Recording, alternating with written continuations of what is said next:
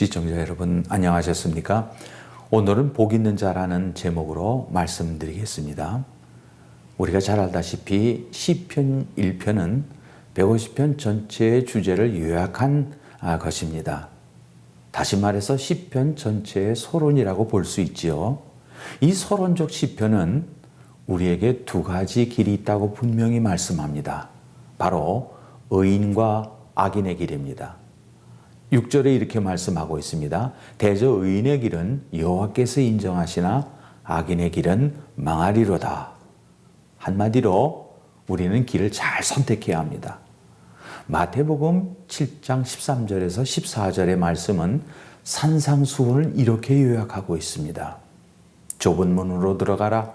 멸망으로 인도하는 문은 크고 그 길이가 넓어 그리로 들어가는 자가 많고 생명으로 인도하는 문은 좁고 길이 협착하여 찾는 이가 적음이니라.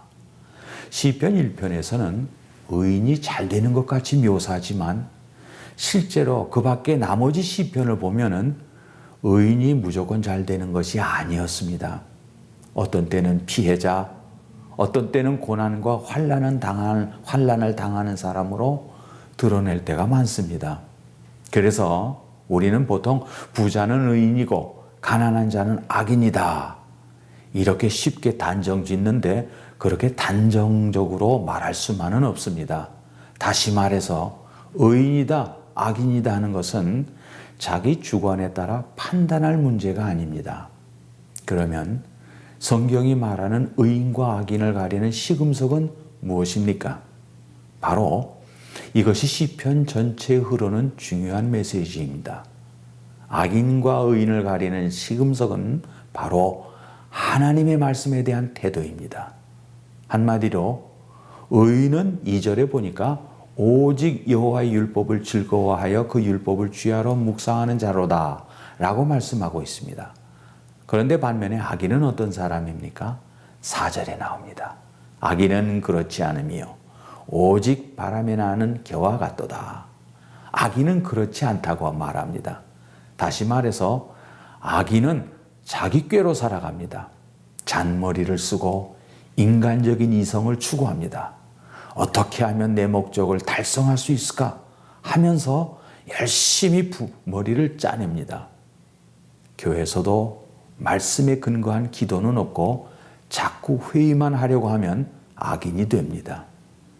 예수 믿는 사람도 하나님의 말씀은 도외시하고 자기 꾀로만 살아가려고 하면 얼마든지 악인이 될 수 있습니다.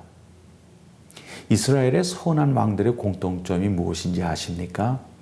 바로 하나님의 말씀에 붙들린 바 된 왕입니다. 그러니까 말씀이 선한 왕을 만드는 것입니다. 반면에 악한 왕들의 특징은 무엇입니까? 악한 왕들은 외적으로 볼 때는 성공한 왕처럼 보입니다. 대표적으로 여로보암 2세 같은 사람은 매우 탁월한 왕이었습니다. 이스라엘의 광개토 대왕이라고 불릴 수 있을 만큼 이스라엘의 영토를 굉장히 크게 확장한 왕이었습니다.